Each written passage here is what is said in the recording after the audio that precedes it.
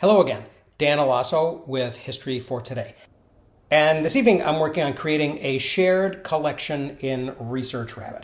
And so what I am going to do first is basically duplicate a folder that I already have called Historiography. I'm going to call it Historiography Class, and then I am going to create a little description of it and say these are the things that I've assigned to my students because I'm going to share it with all of my students. And so this is going to be something that the students can both look at and also that they can add to. So I'm looking forward to seeing how it works because this is entirely experimental for me. So what I am going to do next is I am going to add the names of my students into this email list and then give them permissions.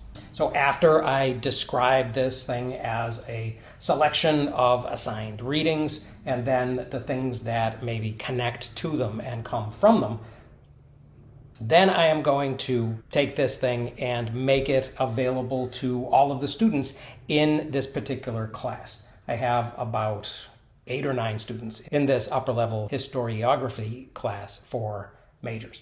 So I'm going into my system at Bemidji State University. I am opening up the view of the students. I'm going to blur that out, of course, so that you don't see any of their vital information. And then I'm going to grab each of their emails and stuff it into this invitation or permission link. And then once I have got all of those done, then I am going to just invite them to it. And I'll find out next time I see them in class whether or not it worked and whether or not they got the invitation and what it looked like when they followed the link.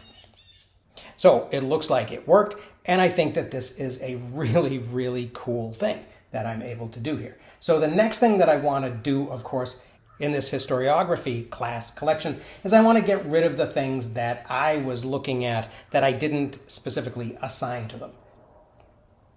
I've done this in Zotero as well. I have a collection of historiography readings that I've read for background and to prepare for this course.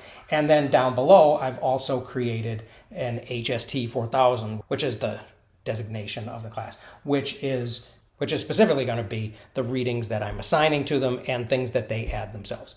And so what I'm going to do first is I'm going to go and remove a bunch of things that I have not assigned to them.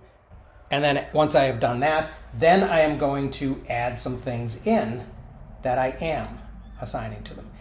And I've got to say that I'm pretty pleased because generally I am able to find the things that I'm looking for. And one of the real advantages of ResearchRabbit is that it connects very broadly to monographs as well as to articles in a variety of journals.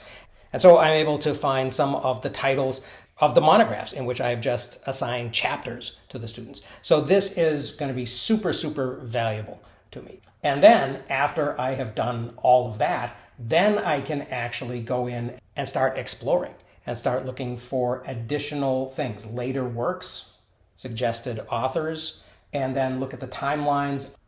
And then I can not only see how they connect and see what additional works I might want the students to think about, or at least tell the students that these works exist and that they can look at this graphic when they're actually reading the assigned readings. For example, when they read the 1986 Joan Scott Gender, a Useful Category of Historical Analysis, this classic paper, they can look at all of these things that have come from it. So that is super interesting and I think will be valuable to the students as well. And just in getting a sense of how these lineages of knowledge work in history. So I am super excited about this. Again, I'm really just scratching the surface of all of the things that ResearchRabbit can do. But every time I do, I find something that interests me, and I think that this is going to be really, really useful for me and for my students. So I hope that this additional little glimpse of some of the things that I'm trying to do with my students is a little bit interesting to folks. I will let you know how it goes and what comes of it. But in the meantime, that's what I have for you this evening. So I hope people found that a little bit interesting. Thanks very much for listening, and I will see you again next time.